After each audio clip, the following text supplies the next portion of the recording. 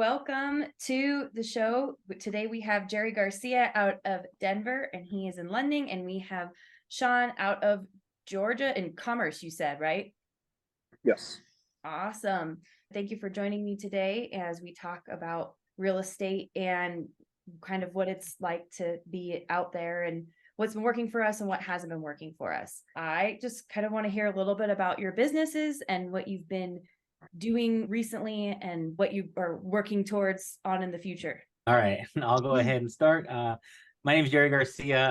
I'm a lender here based out of Colorado, but licensed currently in 11 different states. I've, in my history, kind of done a lot of work with veterans. So have licensed in a lot of states where veterans tend to travel to and from in order to help them secure housing at their different duty stations.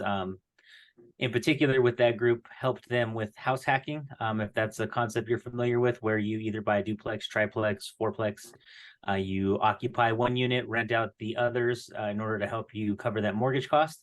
Especially useful with veterans since they don't have to put any money down. And when they move, ideally they still have some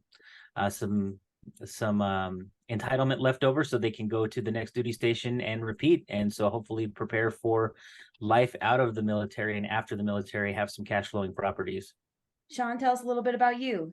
So I am a real estate agent here in Georgia. I work more on the investor side than the traditional side. My wife does more of the traditional side, but I dabble in it here and there when she needs help or she's too busy. We tend to make our own listings at our brokerage. So we actually flip houses ourselves within the brokerage. We do mobile homes, brand new mobile homes. We have a ton of investors that buy lots, and we'll manage the process start to finish. We pull all the permits. We get the guys land clearing. We get the brick guys, the deck guys, the whole thing. I also run a handyman service on top of that. That's also through the brokerage. So we create our own listings, and we really specialize in investor projects. And it's been fun and gets very stressful at times, but I wouldn't do anything else. That's a lot of irons in the fire. So you help investors buy lots, and then you guys are fixing the mobile homes on the lots, or you're putting mobile homes on the lots? Or so they will buy the lot, and then they pay for any general costs, so like the septic, the land clearing, and then we have a really, really good relationship with the mobile home dealership, and we have our mobile home license. So we're able to buy the trailers specifically set and custom designed the way these investors want them. And we have the mobile home dealership come out, they put them on the lot, they set it all up, all the land clearing's done, and we'll walk through the entire process, all the permits, and then at the end we list the property as well. That's very unique. Very cool. That's awesome. So Jerry, what has been like the best thing you've learned as far as like lead generation and marketing? Like, what has really worked for you that we were kind of surprised about? I guess a few years back, lead generation wise, I was kind of going out. I used to be a preferred lender for a builder, and so that's where I got the majority of my business. When I stepped away from that relationship and decided to go out on my own, I really wanted to kind of find a focus where I could get to the consumer first. So I joined a mastermind. I really dug into social media marketing, and so did a lot of lead generation there.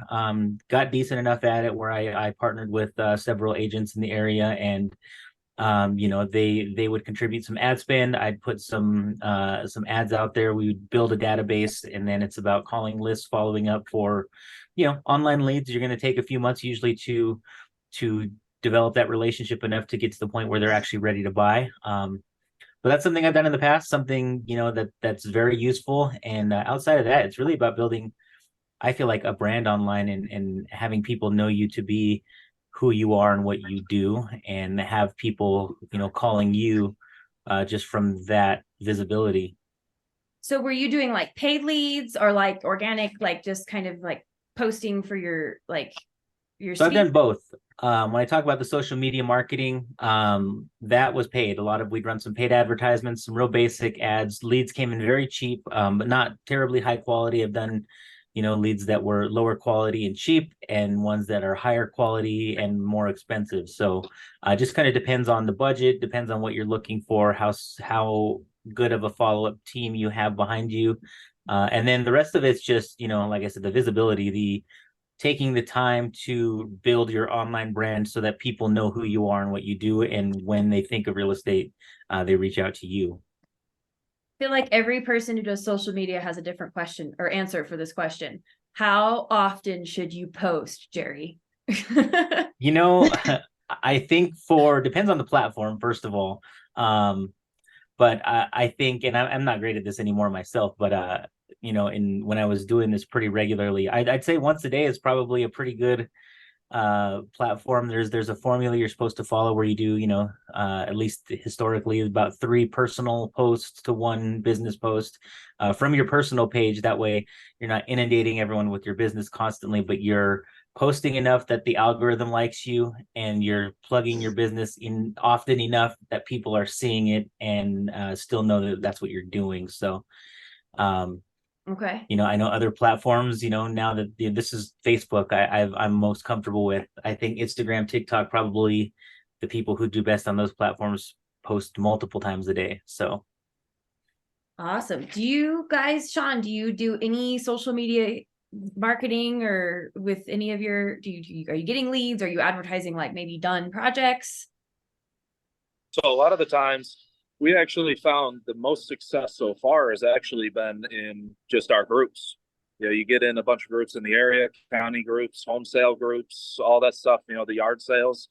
And that seems to be where we get the best traction, is just your free posted in the group, and people tend to find them. And I've got like 8,000 followers on TikTok. So TikTok, the algorithm is about 4 posts a day. You have to do about 4 videos a day right now. Whoa. For 30 days. Yeah, to actually really get noticed. So TikTok has changed their algorithm a lot over the last year. It used to be, you could really get big on TikTok with 2 posts a day for 30 days. And now it's 4 posts a day, 30 days. You have to have a certain amount of cut scenes. They have to cut every so many seconds. Otherwise, it just doesn't generate like it should. Are you posting 4 TikTok videos a day? Absolutely not. Okay. Please tell me what you're talking about, because I was going to say, you're a content creator too. Add something else to the plate. I've always got room for more. Oh my gosh. 4 times. I was feeling good about like 3 times a week. I was hitting for a minute there. Like, no wonder my TikTok is. Yeah, their algorithm's insane. And I follow a bunch of realtors, because when I open my TikTok, I like got on one of those things where it's like, follow me and follow back. So like all of my friends are just random realtors that I don't even know. And which is fine, but it's all like house videos. And I don't know how, like, can you beat the algorithm with 4 house videos a day? Like, I feel like that would be redundant. I don't know. Everybody looks at house. It all depends on the quality. It's going to vastly depend on the quality. If you go and you show, maybe not a client, but if you walk 4 houses a day and you do different cut scenes on them, and you show different features in it, then absolutely you can beat the algorithm. It's just a lot of work. So all those agents who are at home and have nothing to do, schedule 4 showings and go make some freaking TikToks and learn how to cut things, because you're just twiddling your thumbs and you ain't calling the expireds like you want to or say you will. So go make some TikTok videos and beat that algorithm. Hey, do this, right? Once you beat it, you're good. Yeah, you've got your podcast platform, right? You take snippets of your podcast and you do little snippets of advice here and there, cut those into shorter form content. The idea is to repurpose content as much as possible. You've got long form content, you cut it for shorter, for reels, for TikToks, and then you repurpose it that way. You do short 1-minute videos to Instagram. You do, shorts to Facebook. There's countless ways to repurpose content to try and beat that algorithm. I think that's why it's so it's like agents don't even really realize like what we have at our fingertips. Like, even if all the agents started utilizing social media, like there's so many different ways to do that. And Amanda, did you take those down? Because that was a good idea. I've got some notes here. We got to connect after this. Before we move on, what are your favorite platforms to use social media wise to market yourself? Probably Facebook. Yeah, Facebook. Facebook's going to be my most used at this point in time. I might push more into Instagram as well, but Facebook seems to be the place where I've had the most success. I mean, I like Facebook because you can see their full name. You can, you know, if they put their birthday in or where they live or what they do for a living, to me, it's a lot more conducive to finding clients as rather than like Instagram where you're seeing handles and you're not Sure. seeing full names and you're not seeing, you know, you're seeing the best of their little life reel. Yep, I'm making a big push moving forward into LinkedIn, which is one that I've avoided for the most part. So we'll see how that Okay. goes. We're on the same page. Yeah, I'm like, man, do I even have my right name on LinkedIn? Like, oh man, what are you doing to push into LinkedIn? Talk to us about that, because if we're all there, I'm sure anybody listening. LinkedIn it's similar to any other platform. It's consistency. You got to build up visibility on your posts, and then quality is going to matter. And the more you post, the more often it's seen, then it starts to build. It's similar to any other platform, only you can talk strictly about business and what you're doing business wise. You know, even posts that are non-business related come from a kind of a business sense, because that's what LinkedIn is for. So there's a little more, you know, it's a little more, I guess, kosher to just push business content on LinkedIn. Much better to connect B2B that way, or you know, than B2C. I was going to say LinkedIn's really great because you can search people by their profession or by where they live. So if you're targeting a specific audience, it's really easy to find that audience. Right. Gotta get on my LinkedIn, adding that to my first of the year, because this is gonna come Yeah, out. I mean, they've added some tools also on LinkedIn, Sales Navigator. I mean, ways for you to connect with people, like you said, to dial in filters, and really find your audience. And this is all free, like Facebook, right? You don't, there's no paid site. Sales Navigator has a cost Okay. to it if you want to include that, but the rest of it's free. Yeah. What do you think, Shawn? What's your favorite? Definitely Facebook. I mean, that's kind of the big hitter. I've been lazy lately, and I haven't really done anything much with TikTok, but I do need to get back into it, because once you hit the 10,000 followers, then you can actually be a true content creator and start monetizing it. Okay. It's probably hands down the best way to really be able to reach people that you wouldn't normally be able to reach, because who doesn't love watching 1 minute videos? I mean, to avoid anything, right? Like all day. Yeah, that's I there was a realtor who went viral, not for real estate videos, but he was posting because he was quitting vaping. And he had like the southern accent. He just had like a hilarious like attitude, and he was getting, because he was like bringing a straw around and like hitting on a straw, and he was like, I had a client call me, and then it was extra hysterical because he's like, I just finished breakfast, but it was like 4 PM. People are like, what are you doing? I feel like a lot of that too is kind of like, there's kind of like a random aspect to TikTok, like the you know, like it's almost not the regular content that gets these people followers, I feel like, and then people sort of follow, you know what I mean? Like, Sure. I don't know, I've got a good friend of mine who's got a good following. She's a lender as well, and she's got a great following on TikTok. Hers is much more content based, short, informational videos about lending processes, real estate in general, and she's built, I don't know, she has several 100,000 followers at this point, and has gotten awards from them and stuff. But she built it very organically, like Shawn was saying, just posting often. And you know, she'll go live now and again, do Q&As with people while she's working, and you know, it's helped her speak at conferences and such, because she was one of the first to really capture TikTok from that educator platform, I'd say. That's awesome. What's her name? Can we follow her? Yeah, you can follow her. She goes by the Mortgage Mentor. I think there's dots in between, the.mortgage.mentor. Cool. Her name's Rebecca Richardson, so she's awesome. Yeah, I think it's always nice to see someone who's like created it, when you can look at somebody and be like, oh my goodness, you know, and like sort of watch how they've done it. Because what, you know, it is still a system and an algorithm, you know what I mean? And I think people get really nervous about posting on social media because we think everybody analyzes us the way we analyze us.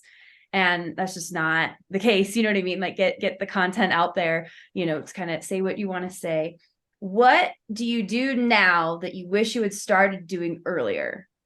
What do I do now that I wish I had done earlier? I think really pick the kinds of deals that I like doing. I think naturally when you first start out in this business, you want everything you can get, right? I'm at a much different place in my business where I kind of just do the deals that make sense to me. I don't do a lot of down payment assistance loans anymore, where I did a lot of that early in my career. I prefer working with investors and people really looking to try and build. I'm big into house hacking. I think if you are a first-time home buyer, I think that's one of the better ways to do it. Having, somebody help you pay your mortgage, ideally. So I think that's one of the things that I've learned in kind of my, and this applies to social media as well, really finding your avatar and really finding who you're speaking to. Because you're not going to be talking to everyone. If you're talking to everyone, you're really talking to nobody. So, kind of dialing it in who you like to work with and why, and just finding those people and those professionals that you align with. I love that. That's amazing. Shawn, what do you wish you would have done sooner? So first, I'd like to say, Jerry, 100% agree. We actually bought 18 rental properties. Our first 4 we house hacked, and then we bought the rest. We ended up having enough cash flow from those houses to buy the remainder of the 14 houses. We have 34 units in upstate New York, which is where we're originally from, and we all started from house hacking.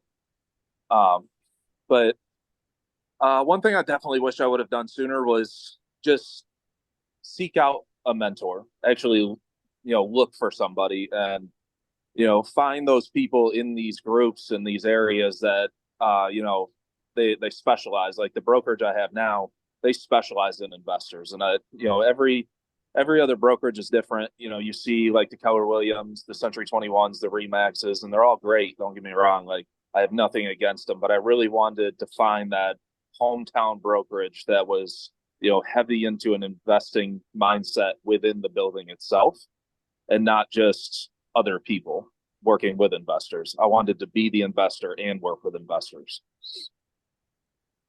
Awesome. So when did you find your brokerage? About 6 months ago. Nice. So yeah, you're Very like, nice. I really wish I would have done this sooner. Oh yeah, absolutely. And so your wife's in real estate too, I think you mentioned. Yep. Okay. She's in sales as well? Yeah, she does more the traditional side. So you're buying, you're selling, works with general public. Nice. Less handyman, more the regular stuff. Don't let her fool you though. That girl can swing a hammer. I'm sure as far as I think, because we don't have we talked about actually on one of our team meetings a couple weeks ago, we don't have a lot of, or at least I know of like mobile home, like to make like what you're doing in Georgia is really, really awesome.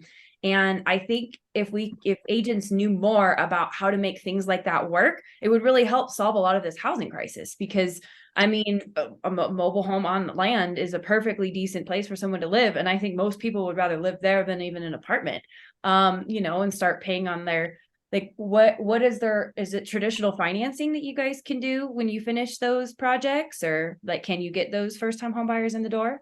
So as long as they're set up correctly to FHA specifications, which is what we do, we make sure we manage that process to make sure that they do meet those requirements. You can get an FHA, you can do conditional, you can buy cash.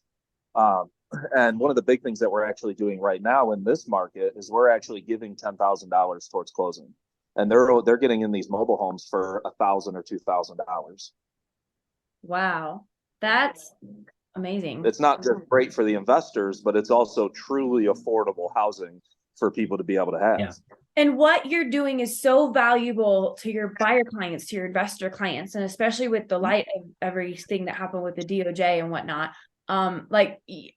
Your investors are going to be paying you as buyers agents, regardless of where that conversation is coming from. It sounds like you guys are really to help to make sure it's to the FHA specifications and to get all that funding together to be yep.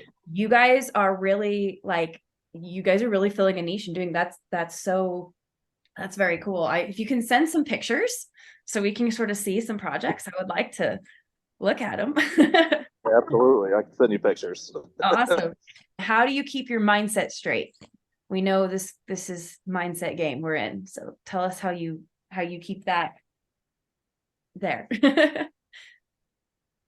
Mindset, I think to me, it's about focusing on what's important, right? I mean, it's easy to get caught up, especially, as of this recording, we're talking about late 2022 here, or excuse me, late 2023, excuse me. And it's been a rough year for most of us in the industry. I think most people saw their businesses cut down quite a bit. Others have thrived in this kind of market. So it really just depends. I think it's trying to stay even keel and really focusing on consistency and, focusing on the tasks and rather than the result. Be consistent, do what you're supposed to be doing. Business comes along and just focus on what's important to you and the rest comes. I love that. Focus on what's important to you. Shawn, what do you say? So I'll tell you, mine is definitely more of an outside the box answer.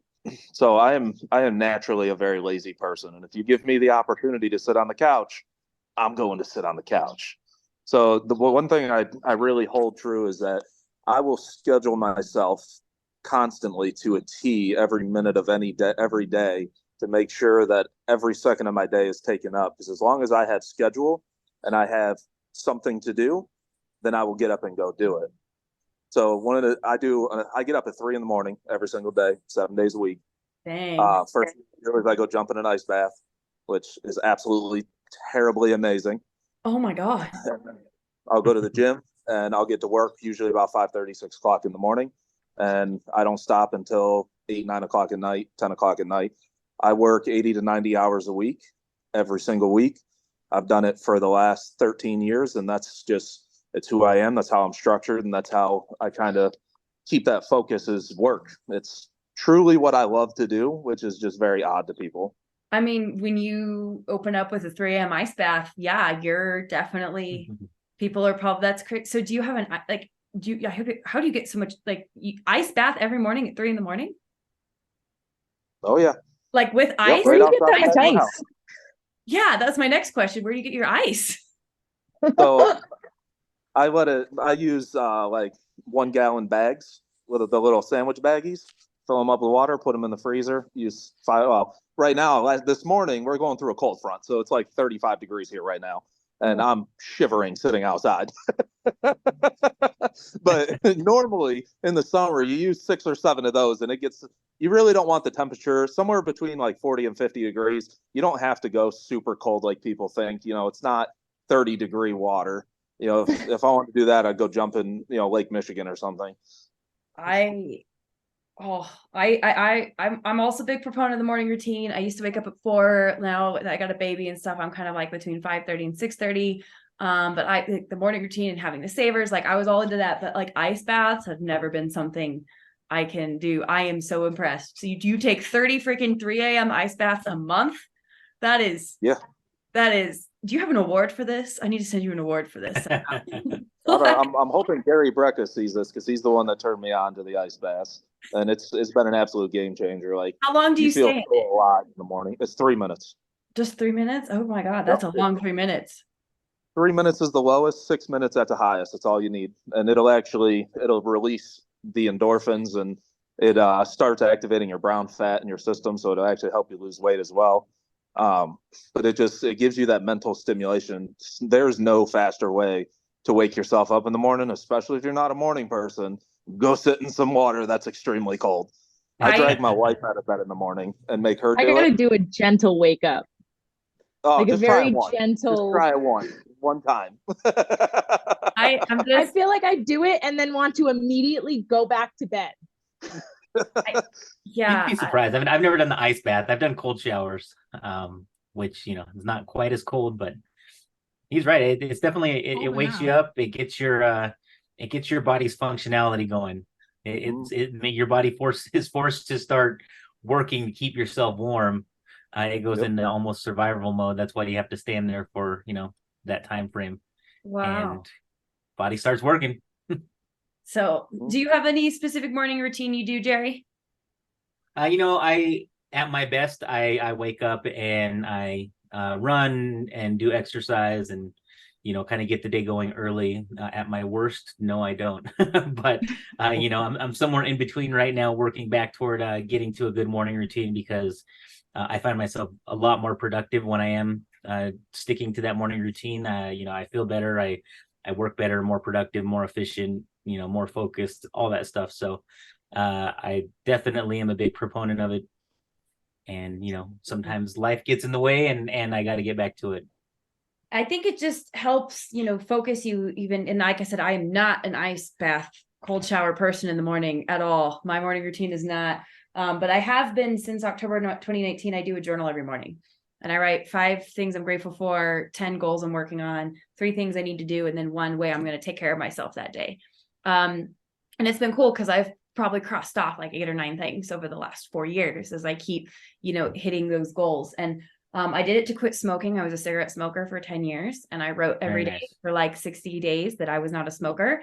And I have been quit since 2020, and I have no desire, or like, they don't even smell good anymore. So there's, that's awesome. Yeah, I feel because I used, like I said, I used to have like a 15-part morning routine, and like I was, like I said, I was not ice bath level, but I was pretty cool. I was like at 4 to 6:30, and I was like a rock star, and I was a top agent in my thing. I realize now, as I'm sort of like in this new phase where we're expecting our 2nd baby in April. I have a toddler, or I just need to have like a couple anchors, right? Like I read a chapter of a book and I do my journal. And if that's my morning routine, that's cool. And it's not a big thing, and I can do it anywhere.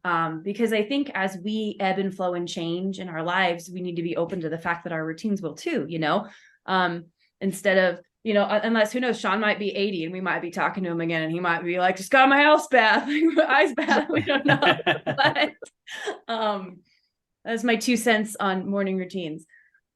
Well, cool. Well, thank you for connecting with us this morning. This was awesome. I'm so glad to have met you guys, and it's a lot of awesome, cool, new information. Yeah, appreciate you reaching out and having me on. Been great meeting all of you as well.